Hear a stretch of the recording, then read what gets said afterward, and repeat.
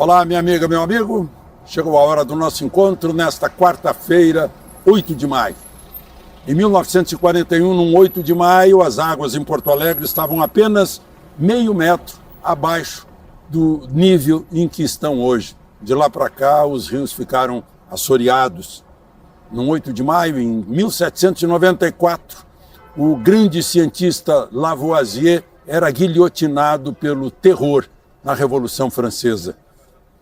Diziam que a humanidade ia levar 100 anos para encontrar uma nova cabeça que foi perdida em um segundo para a lâmina da guilhotina. Em 1950, o Brasil perdia um grande cientista, Vital Brasil.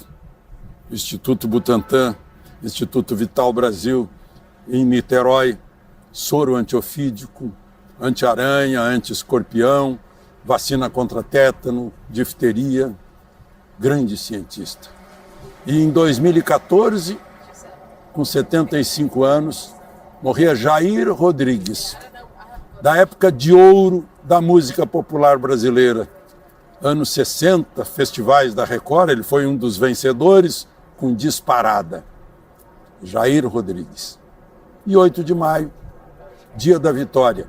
E é por isso que eu estou aqui, à frente do que era o Comando Militar de Lisboa, porque o Comando Militar de Lisboa, embora Portugal estivesse neutro na Segunda Guerra, deu 11 mil soldados para as homenagens à Força Expedicionária Brasileira que desfilou aqui em Lisboa. Eu vou contar essa história para vocês. A guerra na Europa terminou em 8 de maio, a tropa brasileira ficou como tropa de ocupação por mais um tempo, e aí o presidente de Portugal, general Carmona, queria homenagear a tropa brasileira, e a tropa brasileira aceitou. Um navio de transporte de tropa, o Duque de Caxias, no dia 2 de setembro de 1945, fez uma parada em Cascais, recebeu grandes homenagens. No dia seguinte subiu o Tejo e 1.600 soldados brasileiros desfilaram na Avenida da Liberdade. E o Comando Militar de Lisboa emprestou 11 mil soldados para seguirem a tropa brasileira. A bandeira brasileira foi condecorada com a mais alta condecoração de Portugal pelo presidente Carmona, que condecorou também 25 oficiais brasileiros. Lisboa ficou cheia de bandeiras brasileiras e acreditem, todos os bares e restaurantes tinham ordem de dar comida, bebida de graça para os brasileiros que o governo português iria ressarci-los depois. No dia da despedida, o dia seguinte, quando o navio partiu para o Rio de Janeiro, uma multidão estava no cais para saudar os soldados brasileiros. Bom, vamos aos assuntos de hoje, a mais conversa de hoje. Hoje tem muito assunto. Peço que você se inscreva e ao final não esqueça de deixar o gostei ou não gostei.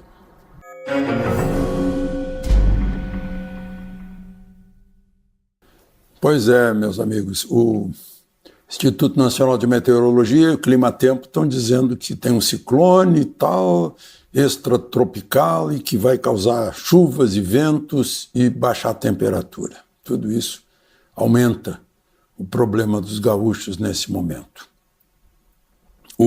E, além disso, tem essa perda de energia, perda de tempo, polêmica. Estão bloqueando caminhões, não estão bloqueando caminhões, porque está vindo de toda parte, né? Meus amigos lá do sul do Pará estão mandando donativos. Eu estava vendo imagens de crianças em São Lourenço do Sul ajudando a acomodar os donativos. É muito bom que as crianças aprendam já desde cedo fraternidade, solidariedade, cidadania, patriotismo. É isso, né? Vem do Uruguai, até vem país inteiro se mobilizando, médicos de Brasília se mobilizando, né? Enfim, é muita perda de energia esse tipo de discussão, de politizar até as águas de uma cheia, né? É terrível isso. E tem a notícia da imprensa tradicional também. Olha, eu sou de uma região em que as casas onde nós morávamos, em Estrela e depois em Lajeado, ficaram totalmente cobertas de água. Conheço a região, né? Conheço Cruzeiro do Sul desde o tempo que se chamava Setembrina. Aí eu pego um grande jornal gaúcho, Está lá assinado por 2 repórteres dizendo, eu anotei, porque, meu Deus do céu, né? Cidade que é separada de Lajeado apenas pelo rio Taquari, Cruzeiro do Sul, está no lead da matéria. Botaram o rio Taquari entre Cruzeiro do Sul e Lajeado, que estão na mesma margem direita do rio Taquari. Então, dali para frente, eu não acredito em mais nada do que os 2 escreveram. Por isso eu tenho recomendado aqui, né, bons jornais. Gazeta do Povo é um deles, Gazeta do Povo de Curitiba, que, aliás, hoje é o último dia de uma oferta, de que você economiza R$140, que é R$ 1,90 de mensalidade pelos próximos 6 meses. Hoje é o último dia de oferta. Você vai lá encontrar em gazetadopovo.com.br/Alexandre Garcia, você vai encontrar isso. Eu tenho recomendado aqui, né, não é nem por mim que escrevo nesse jornal e confio nesse jornal,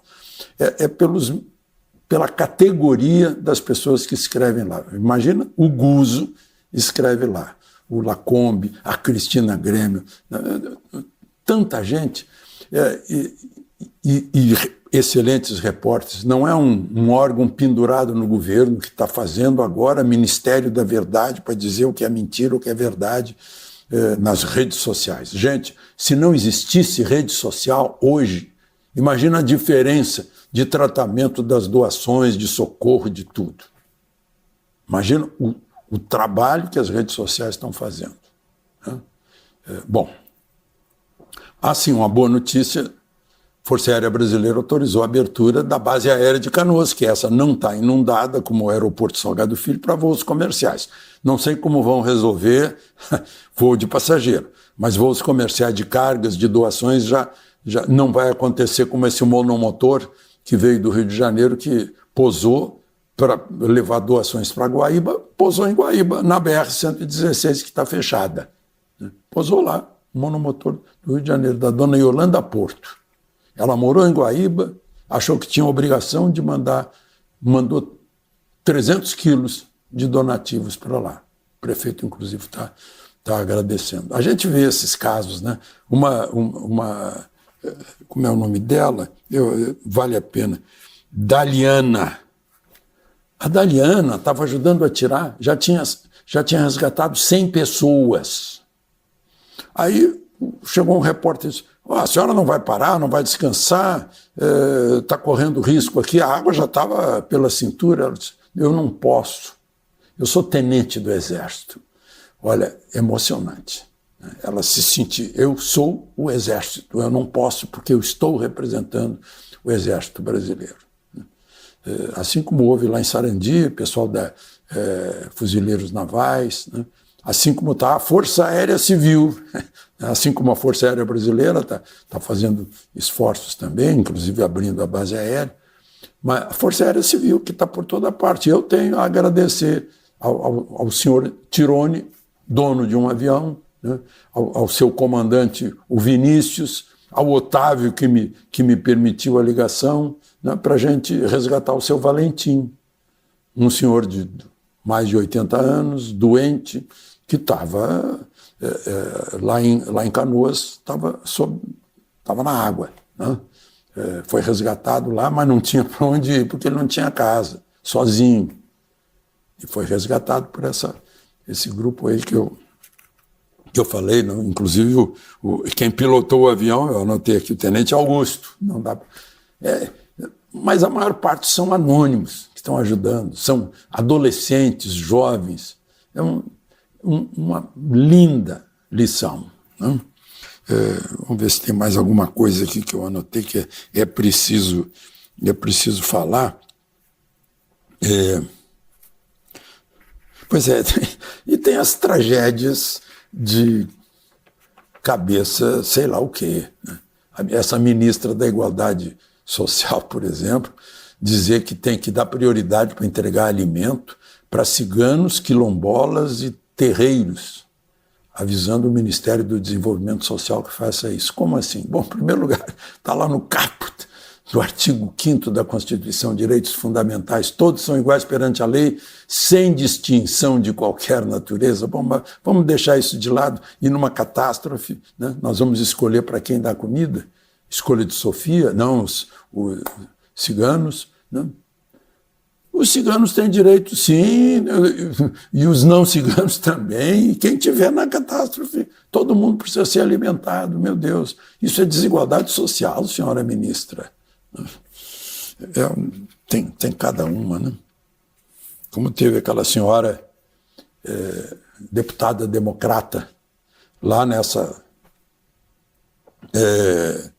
audiência no Subcomitê de Direitos Humanos, Relações Jurídicas Internacionais, lá da Câmara de Representantes dos Estados Unidos, né? Essa senhora que interrogou o Paulo Figueiredo, que é de uma linhagem maravilhosa, né? O bisavô dele, um herói de 32 da Revolução que queria a Constituição, foi perseguido por Getúlio Vargas, ditador, teve que morar na Argentina, a família toda morou na Argentina, né? O avô dele deu anistia, entregou o poder aos civis, né? Pacificamente, não teve nenhum apego ao poder, muito pelo contrário, eu testemunhei, né, como ele fazia contagem regressiva para entregar o poder aos civis, e essa senhora lá completamente desinformada. Aliás, o Paulo Figueiredo foi brilhante na exposição, né, foi claríssimo, fez um relato do que está acontecendo com o Brasil, lá nessa, onde uma representante da Flórida, Maria Salazar, foi muito, muito positiva em relação à situação do Brasil, mostrando para os americanos, né? E, por outro lado, mostrando para a Casa Branca, olha, vocês não vão fazer nada, vocês vão ser responsáveis junto com isso, né? O Schellenberg falou também, Michael Schellenberg, sobre o que ele passou, né? Foi muito interessante essa audiência. Haverá outra em que vai lá o Elon Musk, né? E só para terminar, tem aqui uma pesquisa da Genial Quest sobre o governo Lula. As promessas do governo Lula sobre o Rio Grande do Sul agora, 63%, dá quase 2/3 dos pesquisados, dizem que ele não consegue cumprir o que prometeu. A avaliação positiva está só 1/3. É a menor desde o início do mandato, só 33%. Sinal que está caindo. No Nordeste, a avaliação positiva do presidente Lula é 48%, menos da metade, né? E quando perguntam sobre se está na direção correta ou não o rumo do governo Lula, 49% dizem que está na direção errada e 41% na direção certa, né? É isso. Vamos nos unir pelos gaúchos, assim como se unem pessoas do Brasil inteiro e até da nossa vizinha fronteira de Rivera, onde crianças de uma escola, né, estão nos motivando à solidariedade. De Lisboa, Alexandre Garcia.